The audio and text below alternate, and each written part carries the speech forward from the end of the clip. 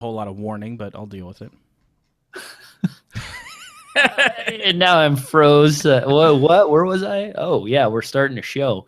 Guys, before we start, I just want to thank Devin. This is the Christmas season, and he's kind of coming in for some extra shows that we were otherwise going to pan off until 2016. So Devin and I are here. Not a ton of news to cover, but we've got some good deals that we ran across over the end of the year sales. Surprise, surprise, Thanksgiving's not the only one. But let's get on to the show in 5, 4, 3, 2.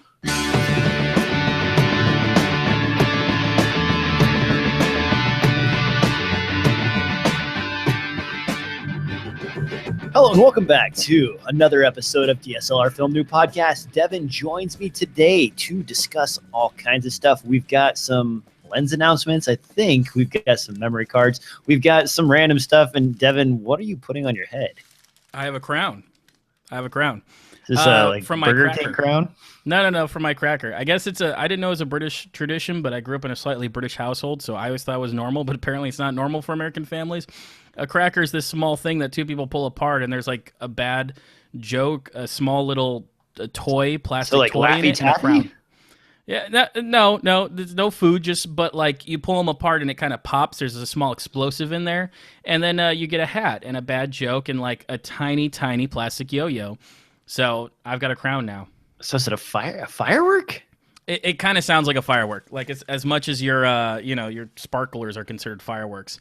But if you look it up, yeah, it's I guess a British tradition. I grew up with it, so I didn't know it was strictly British until this year, which is kind of funny. I just thought, this is just something families do on Christmas, right? But I found out, no, the whole like pulling the crackers apart, that's more of a British thing. I'm only vaguely European, so I have no idea what any of these traditions are. In my family, we just barely chopped down a tree and put it up in the living room. We barely chopped down a tree. Yeah, well, I'm from Nebraska where trees are scarce. It's called the Great Plains for a reason. They have a forest, but it was artificially planted by humans. So go figure that one out. All right, we're not here to talk about trees or Christmas specials. We're actually here to cover the random bits and pieces that we find on the internet as Devin and I go through our daily filming lives. Devin, you've been working pretty hard in the studio. Let's talk about that for a second, man. Miserable hours from the sounds of it. Like doing sports coverage? Is that what's up? Yeah. I mean, okay, to each their own. The play, it's an internet station. I don't need to plug them because they don't need me plugging them, but a place called 120 Sports, and I've done tech directing and some stuff like that, and camera operating and whatnot. What I found interesting though is that in the industry, the TV industry in general, with these studios, since this studio is still kind of new, they've got like normal looking Miller tripods or whatever with little dolly wheels underneath them, and that's how they pod around all the cameras instead of like the really big expensive. If you've seen studios before, they usually have gigantic hydraulically lifted cameras and pods and whatnot. They're just using tripods and some dolly wheels until they move into some new studio and stuff like that. What I find interesting is that just about every studio, minus like the up-and-comers, like your local CBS, Fox, and everyone else, they actually use computer-controlled camera platforms. Oh, yeah. So normally there's just a floor director who, can fix microphones or whatever, like hit the kill switch on a robot if it goes crazy. And that's it. There's no longer any camera operators. And even for a while, too, there used to be camera operators who would use a joystick with a remote control pod. But that changed as well because now it's just synced with the script. So as the reporter reads the script, the robot knows what's the next move it needs to make and where it needs to focus and everything else. So really fascinating stuff. And whenever I talk with some people about this and how I find the technology interesting and everything else, some people are kind of like, it's like taking jobs and everything else. And this is why like it isn't good for us and everything, all that. But in my mind, I'm just thinking, I'm like, yeah, but you're putting the camera in the same spot every single day, and you're like hitting the same marks every single day, and that's why you mark the floor so it's identical every single day and it looks identical.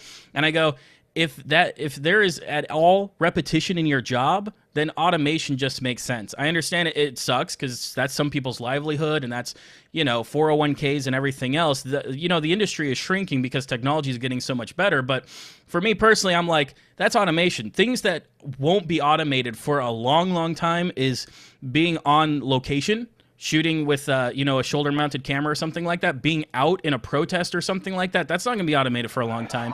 And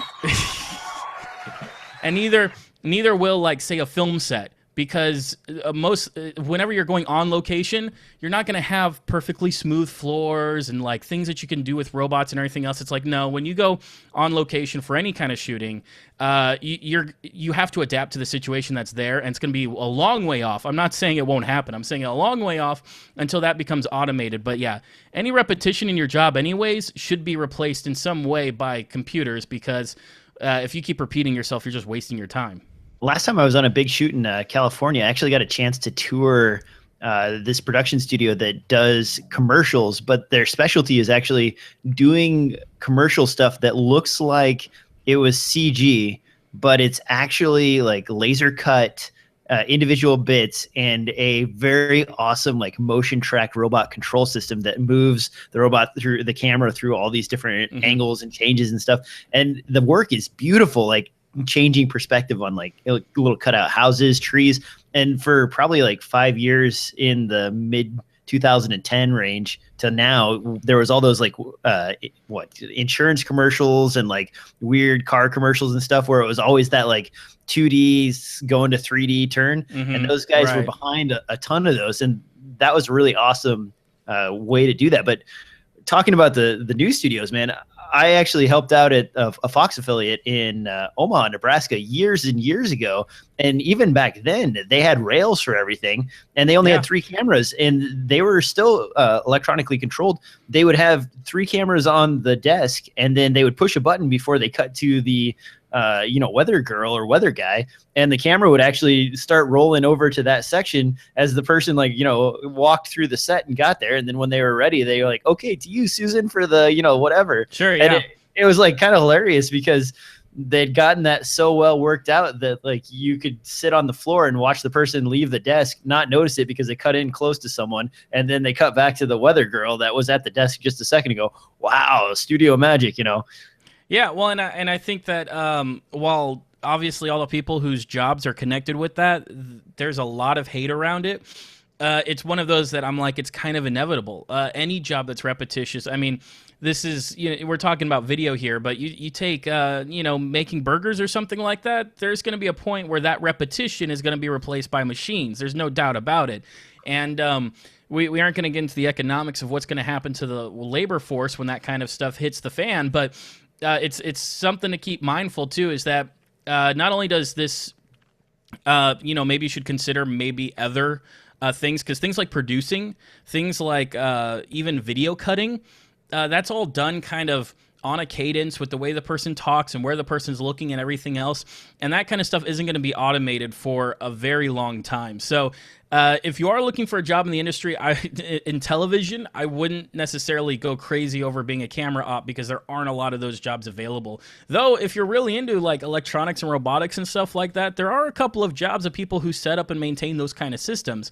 There's a handful of companies that create them and stuff like that. So that I find that stuff fascinating. So I'm all about it. I'm all about like, what, like, where's the main server? How does it talk to them? Like, it's a TCP/IP. What is all this stuff? So I didn't know they had actually like script systems going now that would actually move the cameras on the teleprompter. So that's pretty sweet, actually. Yeah, and so like as a show producer, it's not even like they need some kind of engineer. It's like a show producer. They can just put in okay, and then when the prompter hits this section where she says later on today, we know that we're going to cut to this B-roll. So when we hit later on today, send camera 2 over to the weather desk and zoom in on the, spot number 2. And you tell your weather person, okay, you're going to stand on spot number 2. And then without touching anything, when they say that part of the script, the robot just zooms itself over there and focuses. So it's crazy. It's really cool. All right. On that note, I think that's enough ranting. I think it's probably time for the news.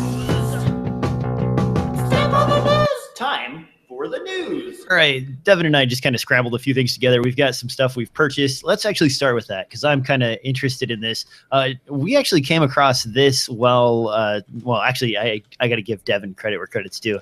Like, I get a text message in the middle of the night from Devin that's like, hey, did you see this? And I'm like, well, wait a minute, what is this? And for those of you listening to this, basically, you're familiar with the Wi-Fi wireless audio systems from both. You've got the Rode Link, you've got the Asden, whatever the heck number that is, I can't remember off the top of my head, and then you've got the Audio Technica System 10. All three of these basically are based around the normal Wi-Fi standard, and they are using sort of system, data protection and multi-channel assignment and so on in order to send your audio across the Wi-Fi network from your wireless unit. Now, and we've talked about that a bunch of different times, but what we haven't talked about as far as the Audio Technica system goes is the price. These were about $500, Devin? Is that right? I would say I've been watching like $450? them. I've been watching them, and I'd say that I probably like a year ago they're around $450, and I actually saw them maybe cruising around $350, maybe on B&H. I don't know because I don't have like price history index for B&H's selection, but. I want to say that like occasionally I probably saw it for $350, and that's when I was like, oh, I need to keep an eye on this. And then you're right. One night it went down to $300, and I'm like, oh, $300 is such a good deal. And I didn't pull the trigger on it yet. And a few days went by, and then I was just browsing through, like, I have an Amazon wish list, not of like stuff I'm going to buy, but just like stuff to look at, stuff to consider and compare, and just like, kind of a running to-do list of things to check out. And I was scrolling through that list for something else, and then I saw this guy again, and I saw that he was all the way down to $250 on Amazon.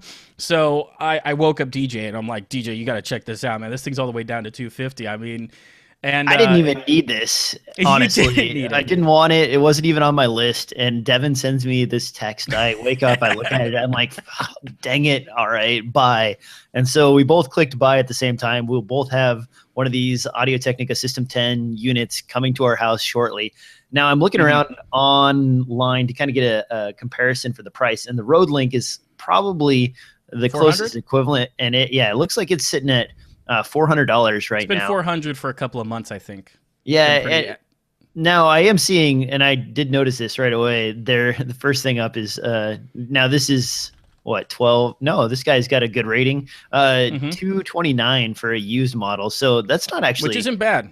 Isn't bad at all. Bad. But $249 for a brand new product. That's pretty decent. And as far as wireless systems go in general, man, that's like pushing up against the that AirLink system. I think that was a UHF system, those little tiny ones from Siemens, I believe, the same people that make like the parent company for Zoom and so on. And that's a really good deal. Now, both of us are going to be testing this out and dinking around with it. I might even try to get my hands on a Rode Link to compare, but your concern and my concern both is Wi-Fi in a crowded Wi-Fi market. What do you think? Do you think this has enough redundancy or, dual antenna, all the other things that they're throwing in there? To make sure. So, I mean, it's interesting because this really is different technology. And the pros, for better or worse, I haven't necessarily seen embraced too much. I've seen a few independent run and gun guys use Rode, but no one who works necessarily for big networks or professionally and that kind of stuff, because they've spent thousands on their UHD equipment or whatever, and VHF before that. UHF and VHF before that. They've spent tons of money. They're invested. They have these frequencies they like, and they know that most people don't have these frequencies. So all that stuff packed away. But I have heard good things about the Rode, but there's very little data I find on the Rode. One of the reasons why I was eyeing this Audio Technica system is because they're saying they have 3 levels of diversity, being like space, frequency, as well as antennas. So it has 2 antennas that you can see on the receiver, and from what I read, it seems like the transmitter also has 2. And most decent wireless systems will have 2 antennas, so it can play whichever one is a little bit better, which you don't think is much when they're an inch apart, but that can make all the difference when somebody's walking in front or a piece of metal moves by just at the wrong angle and stuff like that. At the same time, these have frequency diversities, which only the super high-end systems before 2.4 gigahertz, only the super high-end systems would have, where they'd be watching another frequency, and if there was too much interference, they'd jump over to another frequency. This, of course, has that as well. And then on top of that, it has time diversity, which means it actually sends the same packet of audio data at 2 separate times, which sounds bizarre, but the reason for it is, let's say there's a spike because something like a microwave or something like that jolts, and you lose, a millisecond of audio data. Well, a millisecond later, that same audio data is coming, and the receiver can patch it together and seamlessly make it so that it all sounds like there's no dropout. So with all that kind of put into it, I'm like, I think these guys really thought about it, and they worked really hard. I love that the output on the receiver seems to be both, can be balanced and unbalanced, to give a few different options, as well. Of course, their microphone cable is a balanced cable, which means too, I think it means, you could incorporate it into other microphone systems and stuff like that pretty easily. So I'm pretty excited for it, but as soon as I get it, like all these 2.4 gigahertz system, I want to slam it with as much 2.4 gigahertz as I can, because from what I read, it should be just about one channel, and it should only take up about one channel. It'll jump around the channels, but I mean, 2.4 gigahertz, you can use as much or as little as you want. Most Wi-Fi routers use one channel, unless you set them for a slightly wider band for higher speed, and then they're kind of using 1.5 to 2 channels. So it'll be interesting to see when I go into an area that's completely full of Wi-Fi. I'm planning to go to like apartment buildings, all kinds of places where people just set their routers to automatic and just say 100% power, and they just blow out everyone that they can, to see how well this works next to Wi-Fi routers and microwaves and everything else. I've heard good things, but I haven't seen anyone torture these things yet. So that's what I'm excited to do. Now, the first thing I want to find, actually, when I get this into my hands, is a balanced to unbalanced adapter for it. Because as you probably know and have made fun of me for multiple times, I have lots of 3.5 millimeter lav mics laying around the studio.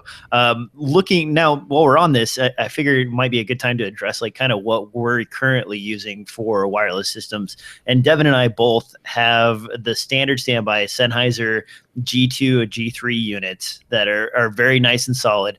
I had to recently get rid of a few of my older lav packs because they were in that 600 megahertz band. And if you're not familiar with that, the FCC is giving that away here at the beginning of 2016, and those will be off limits and paired off to, fire departments and so on. So what I've also switched to is this guy right here, and this is an Asden 330 UPR unit, and they're okay. Asden doesn't make the highest quality lav kits, especially in this price range. I believe this kit will set you back about $700. But the cool thing about this is actually that it provides for 2 different systems. So you can have a single receiver on your camera and 2 lav packs out there sending audio to it. So not quite the same diversity as is available in this Wi-Fi unit. But the reason I threw down for the Wi-Fi is because that is like a spare when I'm out in, the middle of nowhere. If I need a 4th pack, I mean, this handles 2. I've got my 2 sets of Sennheiser units that I throw into each camera bag. And then now I can toss in 1 Wi-Fi unit with that. I don't even know, man. I don't even need this. Like, I might just give this to Devin after I'm done playing around with it. Yeah, I might buy it off of you. Depending on how well this thing performs and everything, I really would like a system that handles frequencies on its own. That's one advantage. All these 2.4 gigahertz systems, because they have to be so aggressive about changing frequencies in order to make sure you get reliable performance across all the brands, whether it's like an Asden XD or your Rode Filmmaker kit, they need to constantly be hunting and searching and making sure that they're on the cleanest band, because this is such a noisy spectrum compared to things where when we go into the field and we use UHF on something, I can scan the entire frequency band that receiver handles and see, there's kind of a bubble over here. But for the most part, there's always lots of dead air because depending on, different places, security systems and everything else, there might be something that eats into the lower end 600, 500 megahertz that I'm using. But for the most part, there's always clean signals. And in the 2.4, there's never clean signals.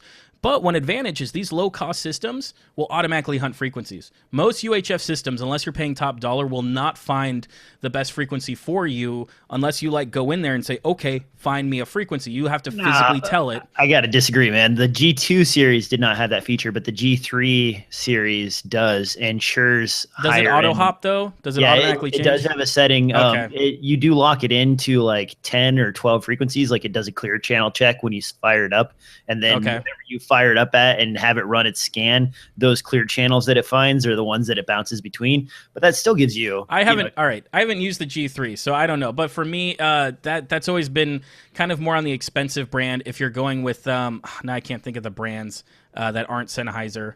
Well, Shure has their model. Sony's not Shure. They only do that. Look at you like throwing Shure down. No. Shure, especially for stage stuff. Shure has got some great wireless systems, but. No, I'm trying to think. I think it starts with an L. They only make like wireless audio for broadcast purposes. They don't do consumer grade stuff. They're like you're talking like $2,000 to $5,000 to buy a set, and they're in those square modules. Lexicon maybe Lexicon, stuff like Lexicon. That.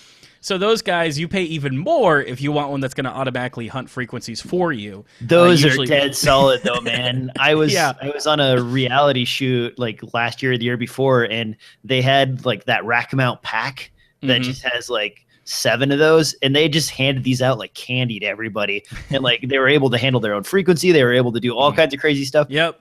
I was like, I need one of those. How much do they cost? And the guy's like, this is like $30,000 worth of wireless audio. Like you can't afford this. Yeah. So I'm kind of interested though, because I've been using a G2. I didn't realize the G3s also did a little bit of hunting for you.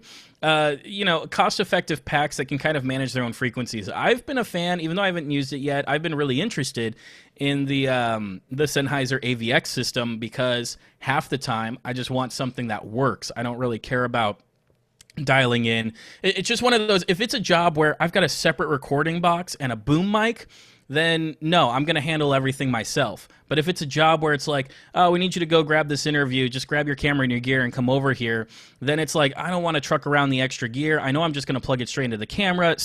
And I want something like an AVX that just manages itself. So to each their own. That's like a whole autofocus argument, I feel like, but to each their own. Anyways, this is a great deal, and make sure you buy the one that comes with the lavalier, because strangely enough, if you buy just the body pack that doesn't have a lav, you'll spend like an extra $180 on the pack. So yeah, and we just did a check on that. It does look like the Amazon deal has passed, but B&H still has it for $260. So there's a link there in the show notes for it. Keep an eye out. Maybe use camel. Now moving on, because we spent way too much time talking about that one item. Oddly enough, we did. I've actually got a purchase here that I'm kind of interested in. These micro SD cards have gone through the roof in terms of size. And this is a 200 gig Sandisk Ultra Extreme, whatever Sandisk labeling they throw on it, micro SD card. So we're talking 200 gig here. And when I first looked at this, I was like, this is probably going to be slow as molasses. 200 is a weird number, and this is just a strange item. But for $99, that's 200 gigs worth of storage. And we're talking about, and hold on, I've got some speed tests here. We're talking about read-write speeds. I will admit that I haven't run my own yet on more than one computer. So my speed tests are hitting a little bit higher than this. So I actually went to Amazon and grabbed one of the reviewers' links, and theirs is lower than mine. So I figured that's the best case scenario. But they're getting, and this is with Blackmagic's speed write test, which I use. Crap, I don't even know. What's the name of the freaking one with like the Asian lady on the top? It's like anime and all that. What the heck? You must be talking about the website, because I don't know of any disk speed test that has that description.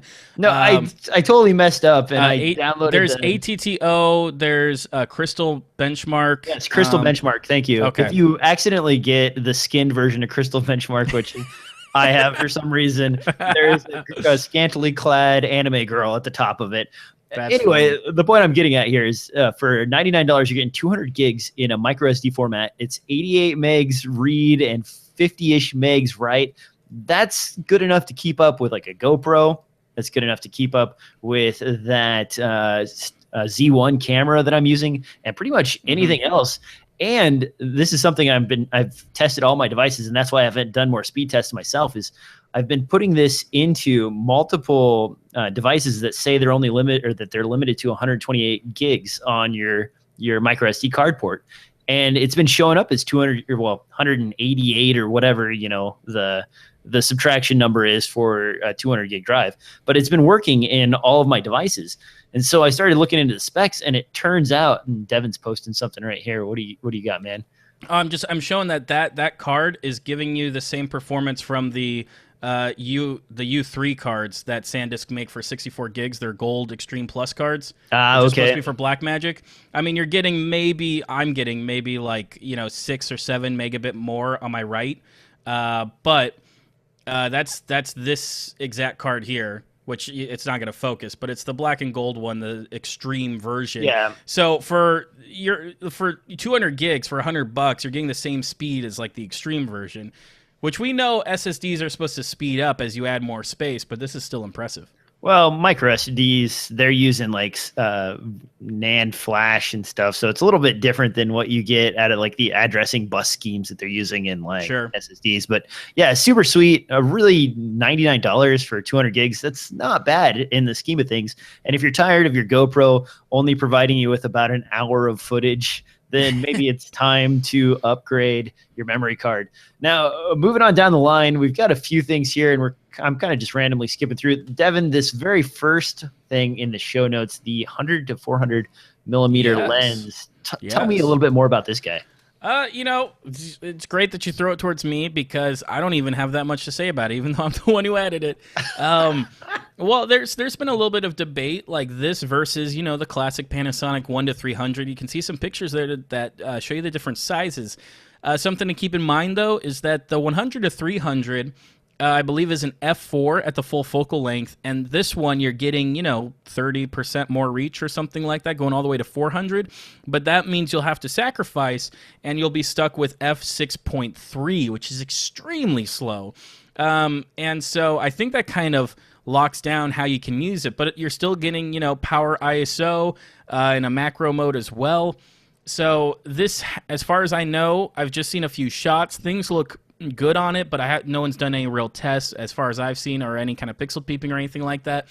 But just for fun, I've been trying to look at some telephoto options. I don't have a bunch of long pieces of Canon glass I can put on my Micro Four Thirds camera like DJ over there.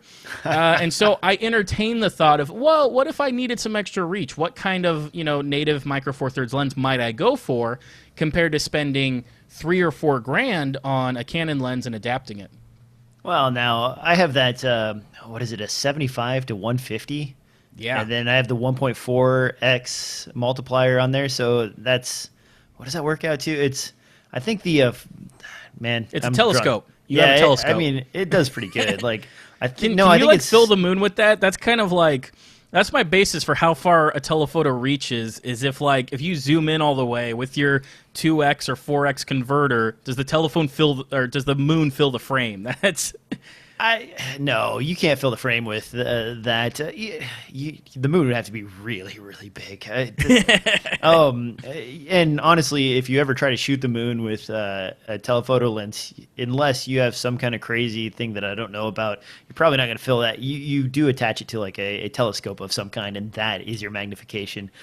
Just a heads up for those of you ever trying to do it. There are actual adapters for that. I've gotten close. I've got like the moon like filling 1/4 of the frame, but that was a Nikon lens that I think I pumped all the way out to. It was you like punch in on your Micro Four Thirds and then. Yeah, I did that too. It was like a 2 or 250 Nikon lens with a 2x booster, and then on top of shooting on a 2x crop, I also did that double crop, that digital zoom, video zoom inside of the GH3, and in doing all that, I got a good? Kind of. It wasn't bad. It wasn't like. It was bright enough that once I adjusted the exposure for the moon, it actually looked okay. It was still a little soft, though, because I'm going through a ton of converters and everything else. It was still soft and had a little bit more noise, because I think I probably shot it at like 1600 ISO, but it was just fun to do. I was just like, how far can I get to the moon? I got all these lenses. What am I going to do with them? So. Yeah, maybe you could do like some kind of crop into 4K and so on all the way up until you... Yeah, that's true. If you're shooting 4K, you could do a pretty nice crop on it too. That would like look pretty decent. So neither one of these actually really super interest me. F6.3, not really my bag per se, right? But it feels slow, and I'm sure they're like, well, to have a zoom of this range, if we want to get it down to like at least 5.6, they'd probably have to add like another half a pound onto this lens. Yeah. And as far as I see, it already looks pretty beefy and pretty heavy. So it's almost one of those that I'm like, I'm not exactly sure why this is coming out. Then if you have a 100 or 300, I almost feel like it would make more sense to maybe do like a 200 to 400 at something like f4 or 5.6 and keep the profile, the weight down where you want it for Micro Four Thirds camera. Because keep in mind too, you're attaching this to a Micro Four Thirds camera, and while we sit here and talk about GH3, GH4s and stuff like that, a lot of Micro Four Thirds cameras are tiny. They're not saying that they couldn't hold the weight with properly built-in mounts and everything else. I'm not saying any of them have crappy quality, but I'm just saying like the whole point of Micro Four Thirds is kind of to shrink down the kit. If that's what you're interested in, is shrink down the kit. And so this adds a huge bulky heavy lens that you're like, oh my gosh, it's almost like my Canon lens. It's nice at least that they included IS though, because that's a huge issue at that focal length. I'm holding up right now, and for the audio listeners, I'll describe it. This is the 40 to 150 millimeter f2.8 Olympus zoom lens, and it's a nice lens. I like it okay, but it is super heavy and bulky as far as Micro Four Thirds is concerned. Now, this in no way is anywhere close to the size of my 7200 f2.8 for full frame body, and in that regard, it's still very nice to use, but it is still like top heavy for a GH4 body. And then if you're trying to shoot stills in any kind of low light where you're getting below maybe like 100 or so rough to like get a stable image without IS, and there is no IS in this lens. And even I got to test this lens like 4 or 5 months ago with an Olympus body with built-in IS, and it worked pretty well? No, Oh, really? it didn't. So I was at a trade show, and they had one there, so I grabbed this out of my bag and took it over and popped it on, and I was like, okay, give me a little bit of time with this. I want to play with it for just a second. And they're like, okay, yeah. And so I popped this on, and I used the IS on the sensor, and it's rough at this focal length. It's fine when you get to 25, which is a 50 equivalent, or in that range under 100. But you start going to like this is a 300 equivalent. You go up to that range, and like it doesn't do much at all. And I don't know. Do you think it's because of the physics of the situation of what's happening with the light, or do you think that it's kind of just bad programming? They don't know how to properly stabilize when the camera knows it's at that focal length, but they don't know how to properly stabilize that focal length. Well, no, the issue is actually that with the movement of a smaller focal length, like a 25 millimeter lens, for example, it's very easy to keep up with the movement because it's not as drastic. But when you go to 150, which is a 300 millimeter equivalent, now even the tiniest movement, which is fairly easy to compensate for with the sensor moving around, is much more drastic because of the distance that the lens is reaching. As opposed to optical image stabilization, which would just react right on time because it's not... It's just a spinning piece of glass, and so just physics are going to take over and make it react opposite of what you're doing. Yeah, the gyroscopic action that happens in like your regular traditional IS in the lens is a lot better at stabilizing longer focal lengths than what you get out of the sensor moving itself. A computer-based system, basically, because it's a bunch of accelerometers that are pushing around a lens to try to keep up, and so inherently there's going to be a little bit of delay and a little bit of well, not even that. There's just not enough distance that they can float the sensor around to completely compensate for a 300 millimeter focal length. And when you add the 1.4x to that, this gets even further reach, so then now you're making it even worse.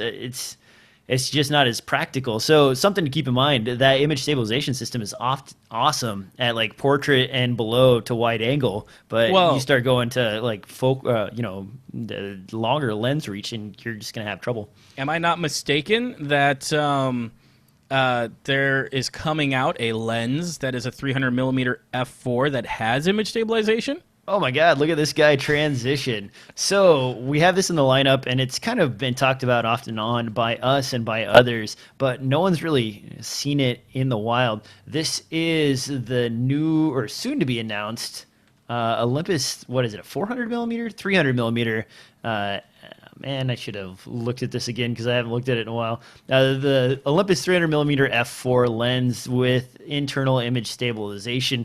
This gives you all of the reach. That's about a 600mm equivalent on a Micro Four Thirds body, and internal lens capable image stabilization. Of course, built pro like all the rest of Olympus's lenses. Devin, Any wording on price? I'm guessing $3,000.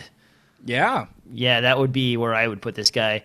Maybe, I bet, initial announcement will be like $2,999, and then, we'll see it drop off to like $2,000 and some change. But this is going to be a fairly expensive monster trucker. You're not going to get this guy for cheap, especially with Olympus, just hitting the market with this. And, what else do you have to compete with this? Yeah, that's true. The Micro Four Thirds telephoto market is pretty scarce. Yeah, and that's a lot of reach. If it's less expensive, if you compare this to something like the Canon 600mm, that's like a $10,000 lens, right? Yeah. So, now you have this guy. I mean, obviously, you're not going to get the same exact performance out of it, but you're getting a lot of the aspects of that and the need / like, I want to have this for sports or whatever. And you're $3,000 or $2,000 doesn't seem that unreasonable.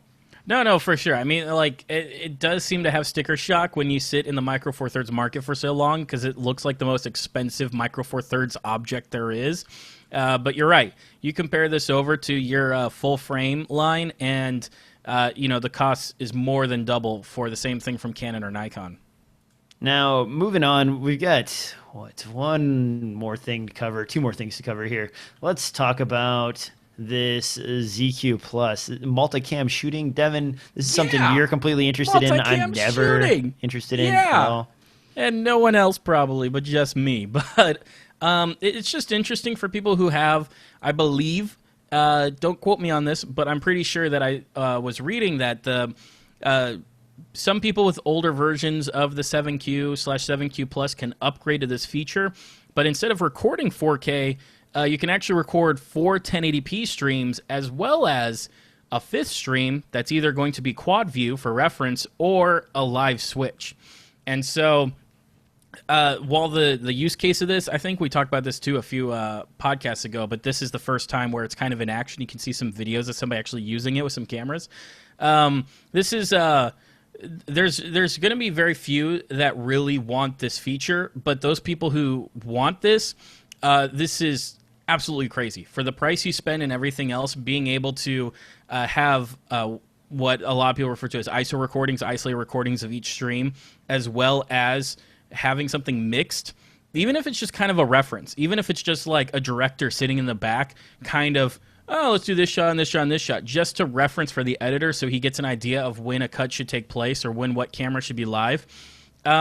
It's going to be super useful for those people. Lots of people who are on the road, who are doing multicam shoots, sometimes like interview shoots that need to be turned around quickly. And that's kind of the area that this exists, is kind of in broadcast or anywhere that needs to be turned around quickly, and you're not going to spend a week editing it. Because if you're going to spend a week editing it, then you're going to just watch it one time and do a live cut anyways in Premiere and then work from there and trim it down. But in this case, you can be out doing a multicam shoot for an interview or something like that, and then be doing your cuts or whatever, and then ship that straight up through a 4G modem or something like that over to the station, or stream it out, as well as in having that high quality recording of what you originally cut together the day of. So there's, like I said, this isn't like there aren't going to be a ton of people who are scrambling for this feature, but I think it's obvious that they're listening to their audience, that enough people have asked for this feature that they're going to absolutely love having such a small, tight, inexpensive package for doing live cutting right then and there, and or as well as having references to having a quad reference for an editor, for someone to make notes or something like that, a producer, something down the line.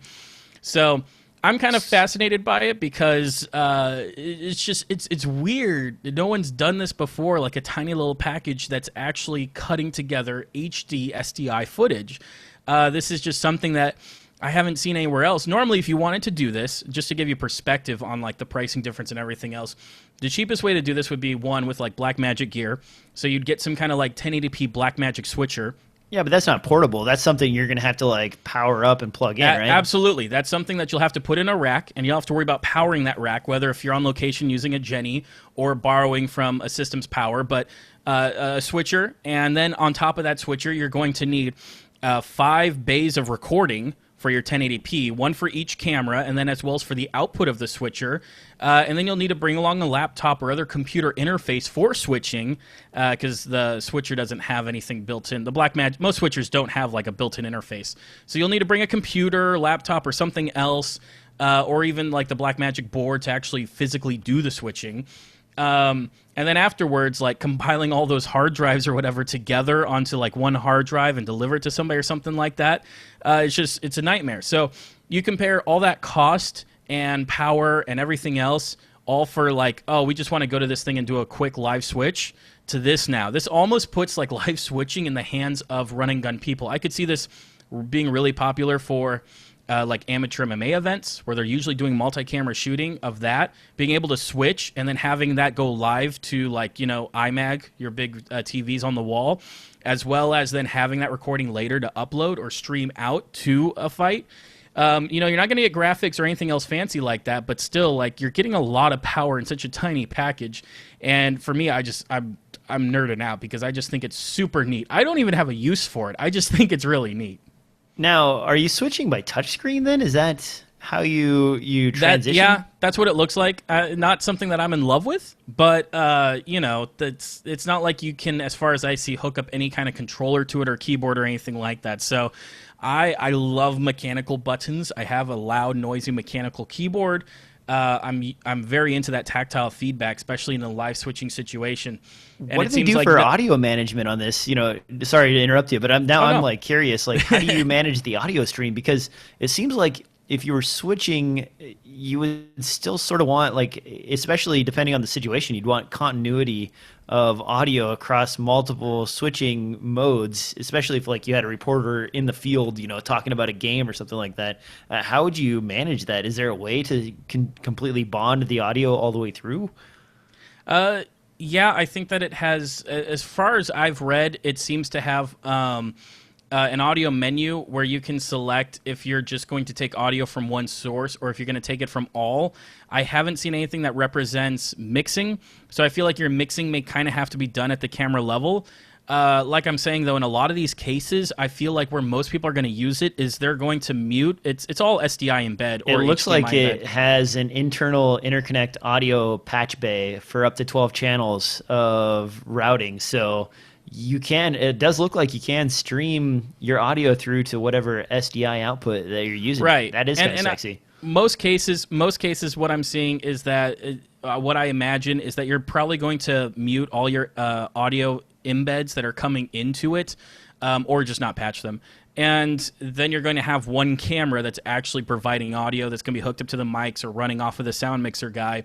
And then that's going to be the only 2 tracks that are actually live for the entire time. Because it's not, once again, like, it's doing a lot, but this isn't going to necessarily replace an entire switcher system and a soundboard and everything else. I don't know. I'm reading through this now, and thanks to newsshooter.com for posting this. It does look like they're working on a remote control for this that would give you basic rudimentary like crossfades and so on inside of the unit itself. So I mean, on the touchscreen interface? See, no, a separate controller that goes along with the touchscreen. So you'd plug it into the touchscreen, and you'd have your normal joystick controller and your buttons for transition and your patch bay information, so you could punch audio from one channel to another. I'd have to see it to believe it. Yeah, that would how you would make that small. Right. Because even the smallest consoles I've seen in person were something that would easily occupy like the space of 3 keyboards. You'd have to really, you'd really have to cram things down to fit that many controls into such a tiny space. But then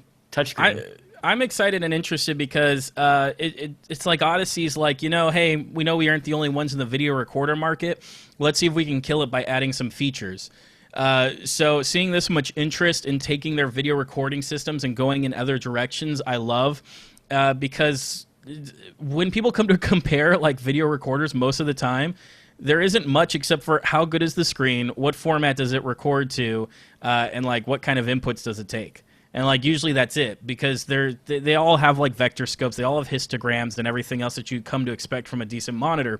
So it's kind of interesting to see a monitor company or somebody who's been mostly focused on monitors lately to like be like, yeah, we're gonna do some video switching and give you some other options and stuff like that and accessories. Now, if you got all the monies for an Odyssey, go out and buy one, because I think the base price is around $2,000, and then it goes up from there. Right. Now, I wanted to talk about this a little bit before we end the show. Devin and I, before the show, were kind of arguing back and forth. And Devin picked up a leveling plate for a really low-priced tripod that he just picked up, as well as a head. So, Devin, why don't you show that really quick? What, my story? All right, I'll tell you my story. So DJ, there was a big sale, and I pointed out to DJ too. I forget the company. The sale obviously is already over. They're getting rid of a bunch of stock, and so people are probably familiar with this fluid head. This is sometimes called fancier. This one's called Weifang. Goes by many names. They all just resell the same thing, and it's an okay fluid head. I was looking for a light tripod to be for my secondary camera for when I'm doing a 2-camera shoot, and I'm not actually going to man the camera, do a whole lot with it. But I still like having a fluid head, because if I have a second cameraman, I like him to be able to follow the action smoothly and make that work. And then at the same time, there were some carbon fiber sticks that were $50. And they don't get too high, but they're like photography-based carbon fiber sticks with a little bit of squishies here, and they have 3 different levels to set for each leg, so it's not bad. The problem I had is that these kinds of sticks don't have a ball head. Part of it's for the size. I mean, it's super narrow profile. You can see that that's, it's not like, because I've got a Manfrotto old school like 503 head with the sticks that came with that, and that thing's super heavy and it's all aluminum and it's great and it's super steady, but I wanted a light thing for my camera too. So I ended up buying a leveler, and how that works is that right on top of your photography sticks or whatever, you attach this little what's basically a tiny ball head in between your actual tripod head and the sticks, and so that allows you to unscrew it, and you can level your head however you want, and then tighten it up, and then it's level. DJ, on the other hand, he goes, oh, well, I just change, my sticks. I just mess with my sticks until I get the shot level. And yeah, you can do that. I'm just usually moving a little faster than that, and I'm like, I need to twist one knob, make it level, and then I'm done. I can't sit here and like mess with my tripod legs for 5 minutes setting up a shot. Now, Devin and I, we off show, like I'm working on a lot of projects, so every once in a while I'll send Devin a link of some of the stuff that I'm working on. And Devin's comment and complaint is always that, hey, everything you shoot is Dutched, and it's all Dutch. It's all tilted. And people are going to think that you've got a broken tripod leg. And he's telling me, like, he always says this, but that's how I shoot. And it, like, part of it's out of, I like to say it's a style choice, but it really, like, when he was asking me about this, I'm like, honestly, Devin, when I pan, if I pan crooked, I don't really give a darn. I just, like, pretend like it means something in the shoot. And so if I can, if there's some character that I feel is more shifty than the other character, I will pan towards him at a crooked angle upwards or downwards, depending on how I think it should happen. And that way it's, like, showing some kind of meaning. In reality, I just do it because I'm lazy.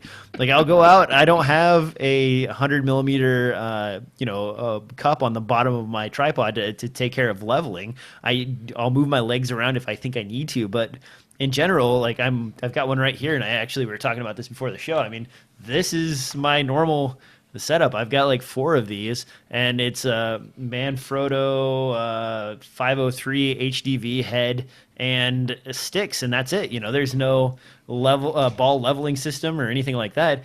And when I do need to like worry about being level, either I'll adjust the sticks or I have this cheapo guy. And most of the time, if I'm worried about being level, I'm not panning. So then I don't really worry about it. And, I find myself doing this more and more where I just go straight from a static shot to a handheld to a static shot to a handheld. And then like I'll wander about, or I'll use a monopod and then back to a static shot again. So even then, like I don't find that if I'm panning, I'm really concerned with the camera being that level. Is that weird? I mean, Devin, you can criticize me now. Here's your chance.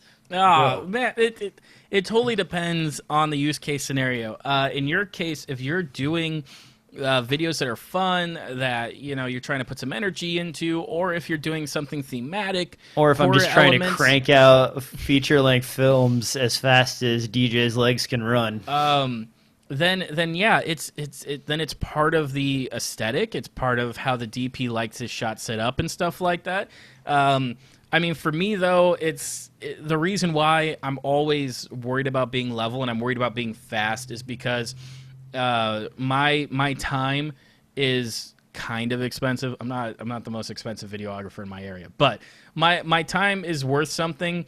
And a lot of the time, they don't give me enough time to set things up and do things necessarily the way I want. So I'm always worried about speed. I'm always worried about how efficient I am with my time. And now, I guess the other question I have for you is, how often do you storyboard? Because that in itself saves me a ton of floating time. Almost never. I mean, most of the projects I'm working on, there's not enough forethought put into storyboard. Rarely is there even a script. A lot of the time it's done off the fly. If it is, it depends on the length of the project. If it's like an 8-page script, I'll usually like to storyboard a lot of it and really think about it and how it's going to generally be cut and how it's going to feel before I go out there. If it's like, I don't know, like a 30-page script that's kind of like a featurette kind of a thing and everything else, I'm not going to put that much time into it because most of the quality of the production is not going to come out of single shots. It's going to become out of the collection of shots and how they're edited together and what's said and what's shown and how it's shown. So in those cases, I worry more just about a forethought of that and about getting everything and then kind of worrying about it in post, where if it's a smaller project, then it's like I'll kind of take my time and I'm like, I have very little screen time. I need to make sure that each shot is effectively telling the story. So it depends. I mean, if I was getting paid a ton of money, then sure, for a 30-page short, I would sit there and spend all the time in the world working on it. But it's just kind of like, cost-wise, I got to choose how I spend my time and how to best bring that to life at the end of the whole production cycle. So keeping that in mind on the shorts, I've got a little bit more time because I know I'm going to have extra time on set and everything else. If I'm trying to crank out like 10, 12 pages in one day, I go, it's more about coverage. It's more about we need to make sure we got everything together. We can't go over. So I don't know. I just, and I don't say I worked on a project last year. It was like a 40-minute epic music video vignette for somebody. I'm not going to talk about the project specifically because I don't know what the heck is going on with that. But anyway, I shot it for him. And with the storyboards, it was so easy to walk up, get complete approval for the entire thing ahead of time, hand him the storyboards. The guy's like, this is exactly what I want. You have seen my vision, blah, blah, blah. Real excited. And you know what? When I got on set, it was gorgeous. Like, you just, all right, here's the cameras, shoot this shot, next shot, next shot, next shot, next shot. I want a little more coverage of this because I think this might be a little bit tricky. I'm going to get a couple of shots. And half the time, like, I was shooting something while I sent my assistant over to set up for the next shot. And because I had a storyboard, they could get the camera basically the way I wanted it before I even walked over, grabbed that, and then they grabbed the camera I was shooting on, took that to the next location. And it went so smooth. We were able to knock out like 15 pages in a day. I mean, that's insane. Like, that is insane. That is just like going from morning to night without having to worry about it. And then, like, you finish the whole thing in like 4 weekends. It was so comfortable to work on. The part of too, and some of this comes down to shooting style. What storyboard allows for me in terms of that kind of pre-production and forethought is that it saves any guessing on how subjects relate to the camera. But cinematography is so much more in terms of, like, maybe on the storyboard, I'll already have a focal length selected, how the subjects are staggered, and maybe what they're doing, how they're positioned against a table or something like that. But a storyboard does nothing to tell me how I'm going to light it, and it does nothing to tell me what the background is going to look like, and it does nothing to say anything atmospheric or something, fog or something like that. So what storyboard does is it answers half of the questions, so then when I get on set, I can worry just about those other questions, being how are you going to light this, and like what's, so with all that being considered, it's like without the storyboard, then I'm spending my time worrying about structuring just the basics. Where does the subject go? What length am I going to shoot this at? What aperture am I going to shoot this at? All those kind of questions. So that's why pre-production and storyboarding is so important. It just kind of comes down to, for me, necessarily how long the project is, how much time do I have to work on it, and also a thing of payment. Now, what about shot lists? Do you at least roll in with a shot list? Oh yeah, when you... every time. Because I mean, I don't know. I know I've kind of gotten factory about a lot of my productions where it's like I don't even. I care about the art. I like filming, but at the same time, I fall into this category where like there's certain things I really want to spend time on and get just right, and then there's other stuff that like I don't really care about. And so, and Devin's seen some of my feature length stuff, and it's like you can tell in the dialogue shots that I didn't give a damn about filming them. Like poor lighting, quick setup, like good audio, but I just sped through it and got minimum flare, got it done. And then you'll look at like these action scenes, and I've got like a great gore, I've got good camera angles, people running around, doing all that coverage, and then you cut back to some more dialogue, and it's kind of like so to iffy. And I mean, I'll call myself out on it. Like, it's not the highest quality work, but when you're working on an extremely small budget, I mean, you do what you can. And no one, a lot of times I'm on a set, especially for feature-length films, where people are getting paid very little. It's cold out, it's miserable, and I'm not making that much money either. And so we are just in it to finish it Ed Wood style. That's probably... Don't do what I do. Ed Wood style, yes. But it's a thing. So that's kind of the difference between Devin and I, and that all spun off of this whole tripod leveling unit. Can I rant about something real quick? Because you mentioned up shot listing, and I've just gotten really excited over something that I didn't know was a thing yet. For the longest time, I've been drooling over a program called Shot Lister, because unfortunately I am not an iPhone guy, and that has a lot to do with my workflow and the way I do things. But I do know that just about every filmmaking app is made for iPhones, because most filmmakers, I guess, have iPhones. I don't know that for sure, but the market seems to suggest that. Anyways, so like 2 months ago, I checked Shot Lister again, and understand I've been checking them probably every 6 months, because they're like, we probably won't do Android. And then after a while, yeah, Android's coming. And then, like, a couple months ago, I saw that, oh, they got Windows and, like, Windows Phone and still no Android. And then just now I went to go check, because we were talking about shot listing, and there's this application I've wanted to use for shot listing since forever. And finally, I go to the site, and they have a link to it on the Android page, and apparently they just put it on there December 22nd. So Merry I'm Christmas. excited. Yeah, Merry Christmas, right? So I'm excited to download that right away tonight and start testing that out, because I'm like, I've always wanted a decent shot listing app that has, abilities to export and import and sync and do all that kind of stuff. So it might be worth checking out. Right now it's free in the Android marketplace, so go check it out. One other thing I'll mention, guys, if you have a friend or family member that's an artist, Manga Studio is a super easy way to generate very basic storyboards. And if you're willing to sit down with them for a couple hours an evening or something in that nature, you can a lot of times kick out a small script in a couple of days, as long as you don't care about how artful your storyboards are. Now, if you're charging your client for those storyboards, then you want them to be a little bit more fantastic than what you would get out of that. But just something to keep in mind. And a lot of times storyboards don't have to be super amazing, well drawn out things. They can simply be, two circles representing heads standing one in front of the other, or, the placement of a car, or, where you think the shot would look good. If you sort of plan these things out, you've thought about what you're going to shoot, and it will definitely speed you up, regardless of your skill level or where you're at in your filmmaking ability. Devin, you got anything to add to that as he takes a drink of soda and I throw this at him? As you cut to me?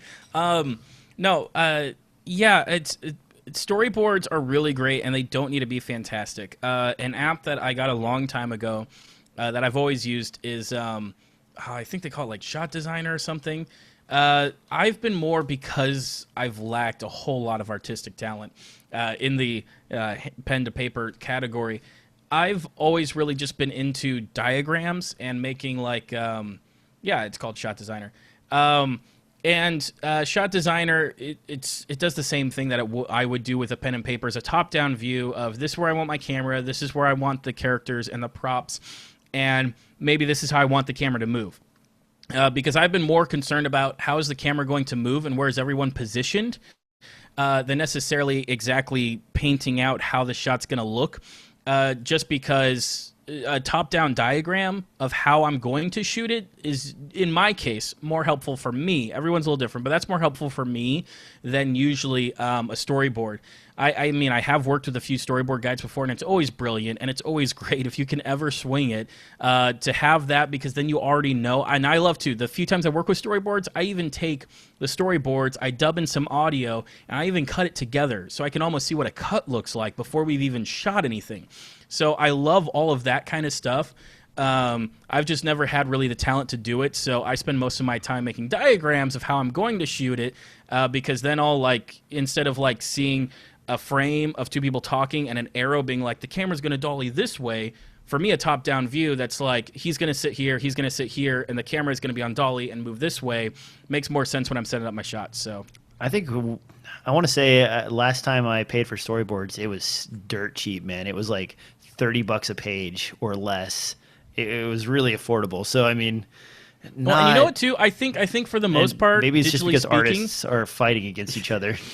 The tools have gotten cheaper too. What was I watching? I was watching, I think, like, maybe, I don't think it was Project Greenlight. I was watching something, and the guy who was storyboarding literally just had like a Samsung tablet, and then they would talk, and he'd sit there on his Samsung tablet, and bam, it was like all digital.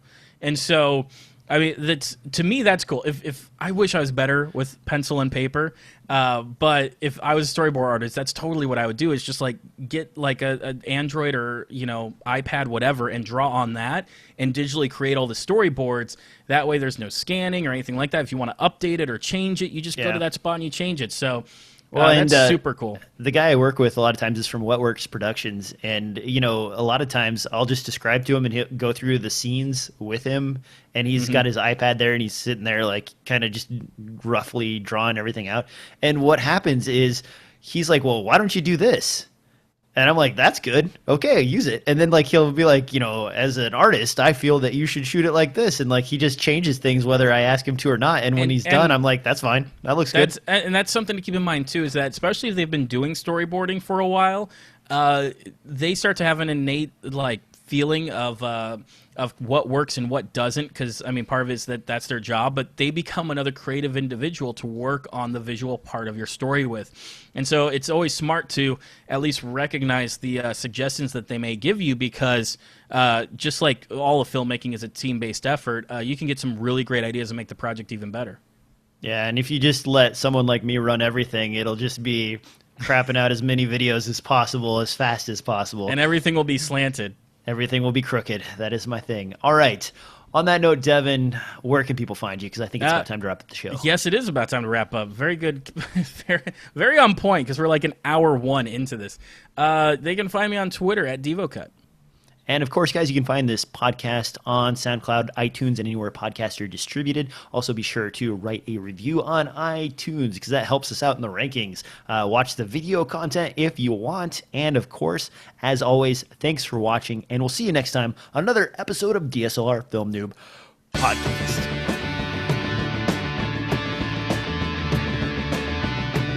Is that a dancing tripod there, Devin? No, it's Dutch. It's like...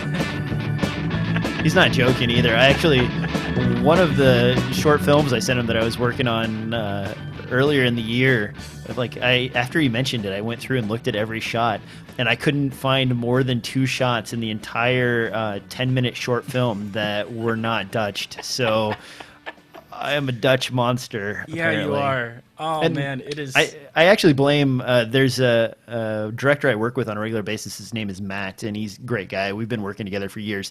He's the one who just like, why don't you Dutch that? It's easier. And then like I was like, yes, it is easier. And so I just started doing it all the time because it just saves me trouble. And then he's like, okay. He's like, now imagine for a moment, if you will, that which person in this scene is more evil. And I'm like, well, I feel like this guy is more evil than this guy. He's like, all right, so slant from him down to him. And that way it's showing that he's being oppressed by this gentleman over here. And I've kind of just like, I was like, that sounds good. And so my creative input into everything after that was to basically steal from Matt and take it on. And actually, I don't steal from Matt because I work with him all the time. So we steal from each other. As real artists steal from each other. But it's something to keep in mind, though, for those potential filmmakers out there, is that taking one thing that's different and doing it for every single shot, that's not a style anymore. That's like, unless your entire film is said style. I mean, it's one of those where most filmmaking, you selectively choose when you want to use those tools and techniques to better sell it.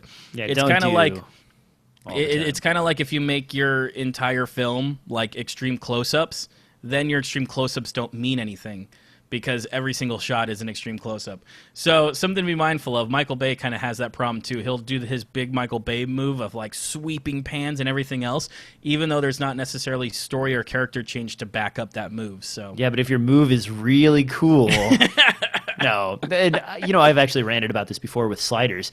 Don't go overboard on sliders. Everything. But the Dutch is the same way. Like, I have gone overboard before, but in reality, I have like 4 different stylistic choices that I scroll between on a regular basis when I'm being lazy, and then I have actual thought put into stuff when I'm being really critical. You know what the worst slider thing I came across was actually kind of popular? Indie Game the movie, which I forget what year that was. I want to say that was like, I don't know, 2011 maybe.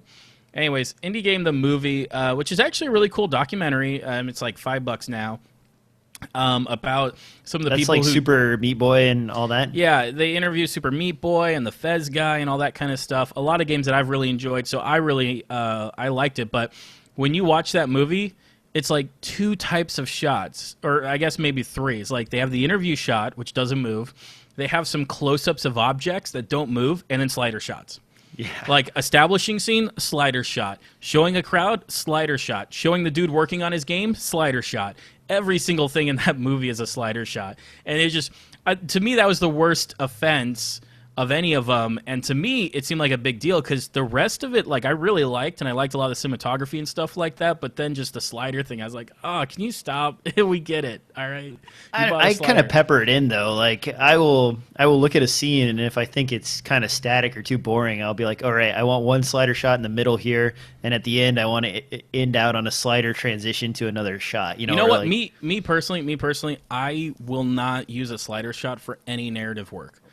Really? Just to my own eyes, whenever I see a slider shot, it and this is just me. This is me rambling, but whenever I see a slider shot, it takes me out of the moment because to me, it no longer looks narrative because I've attached slider shots to being like corporate video, documentary, like all like reality kind of stuff. And so if I were to see a film with a slider shot in it, that takes me out of the moment for a second because for some reason then in that moment it feels fake to me. It feels like it's some documentary or something like that or some reality show. So it's weird, and that's just me. I realize it's probably just a me thing, but I've seen so many slider shots used in that way that now that's where my brain goes when I see a slider shot. So, but keep in mind that's different than a dolly shot.